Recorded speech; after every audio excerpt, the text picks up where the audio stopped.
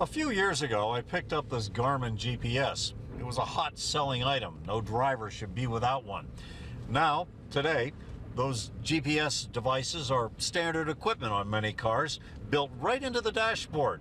But many of them are a lot more than just a GPS device, and that has safety experts worried. Terry Brennan has been a car dealer for 24 years. He's the sales manager at Burdick Audi at Drivers Village in Cicero. On display in the showroom is the 2013 Audi Quattro Tiptronic. One of the most attractive features on this car is something that flips up out of the dashboard with a push of a button. It's a computer screen that would have been unthinkable just a few years ago. When you first got into this business, would you have ever envisioned something like this at all? I wouldn't think anybody would have wanted it.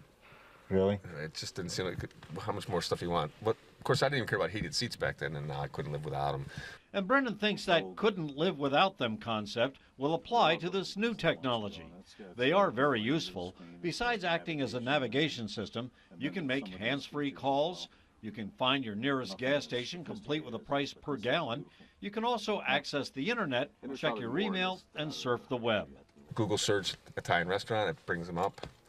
Some of them you can even, if you're at a stop, you can pull up a menu. On the day we visited the Audi dealership, a crippling snowstorm bore down on the northeast, and there on the screen was a news bulletin that roads in Massachusetts were shut down. My gosh, if I'm driving down the thruway, I want to get into Massachusetts, I realize that it's closed. Right. The in-dash computers can be operated by buttons on the steering wheel, but are pretty much hands-free. And many of the features will not operate while the car is in motion. Still, Brennan understands the concern over distracted driving. If you can now interact with it more, and if you have regular internet on there, I can see where that's going.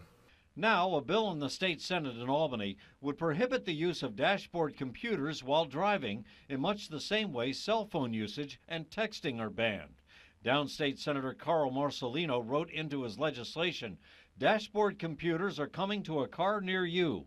No one wants to get in the way of technology, but we must take steps to prevent these types of devices from being accessed. This legislation will ensure that a driver will be watching the road and not surfing the web."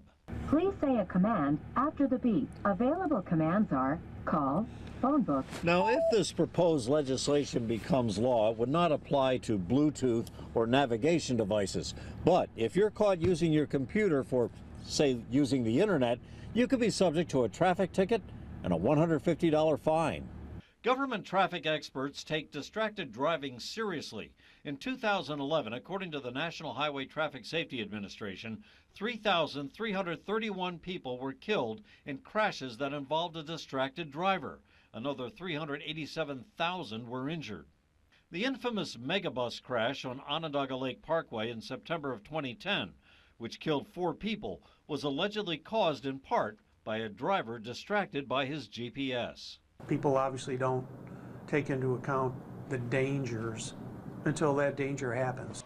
DeWitt Police Chief Gene Conway takes distracted driving so seriously, he has instructed his police officers not to use cell phones while driving, even though the law makes an exception for law enforcement. Chief Conway supports the idea of restricting the use of dashboard computers.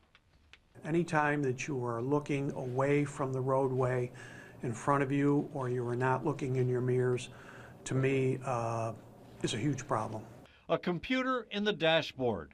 They're supposed to make your driving experience more enjoyable, not more dangerous. Jim Kenyon reporting.